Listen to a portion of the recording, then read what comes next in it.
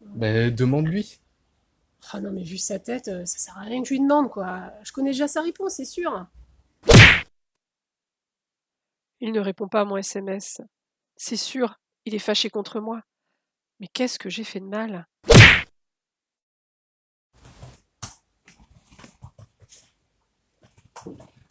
Bonjour, bonjour, bonjour, bonjour, bonjour, bonjour. Tu vois, il a serré la main à tout le monde sauf à moi, quoi. Non, mais c'est sûr, il me déteste, quoi. Ça, c'est sûr. Je le savais. Bonjour à tous. Combien de fois avons-nous été témoins de scènes comme celle-ci? Ou avons-nous eu nous-mêmes ce genre de réflexion? On est sûr de nous, on n'a pas besoin de communiquer, pas besoin de s'interroger, on est des pros de la divination. Encore mieux, on sait, et puis c'est tout. Notre ami, on le connaît depuis très longtemps, on sait comment il réagit chaque fois, forcément. Donc s'il ne répond pas à mes SMS, c'est que j'ai fait quelque chose qui n'allait pas. Bref, je suis coupable.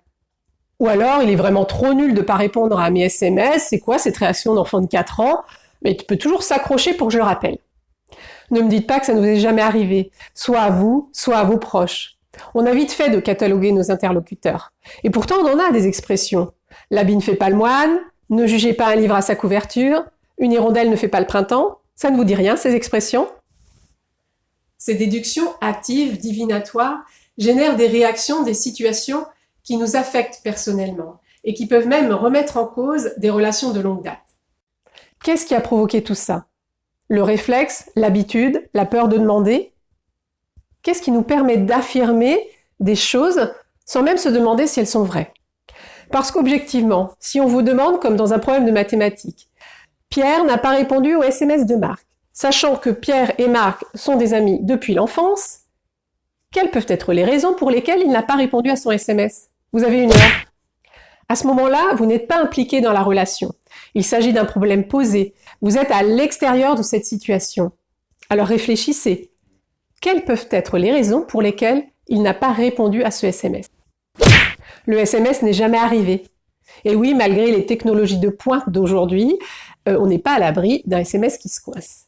Enfin là, ça dépasse vraiment le niveau de mes compétences techniques, mais ça arrive, hein. Moi j'ai des SMS que je cherche encore.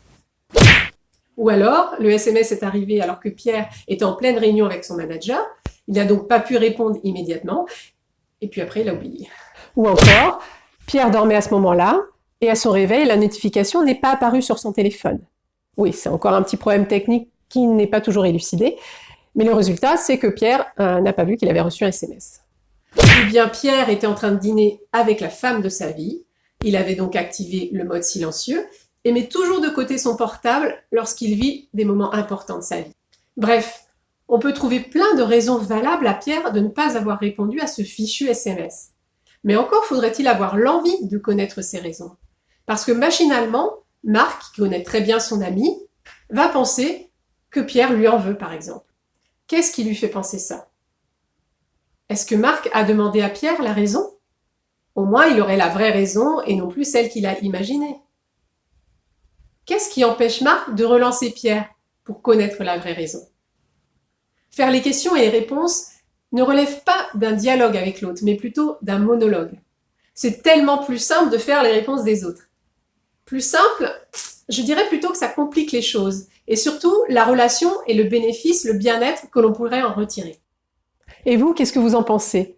Dans ce genre de situation, ne vous sentiriez-vous pas mieux si, au lieu de penser « il ne répond pas à mon SMS, il m'en veut », vous vous disiez « il n'est pas libre en ce moment » ou alors « mon SMS n'est pas passé, je le rappellerai plus tard ».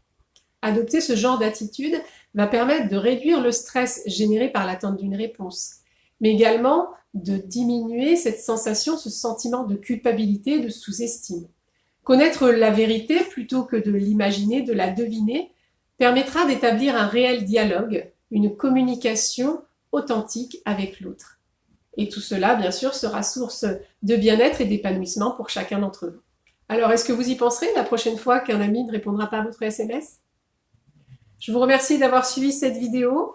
Si elle vous a plu, n'hésitez pas à mettre un petit pouce bleu et pourquoi pas vous abonner à ma chaîne YouTube. Vous retrouverez en bas de cet écran l'adresse de mon site internet si vous souhaitez que je vous accompagne pour vos projets personnels ou professionnels. Je vous dis à bientôt pour une prochaine vidéo et vous souhaite un très bel été.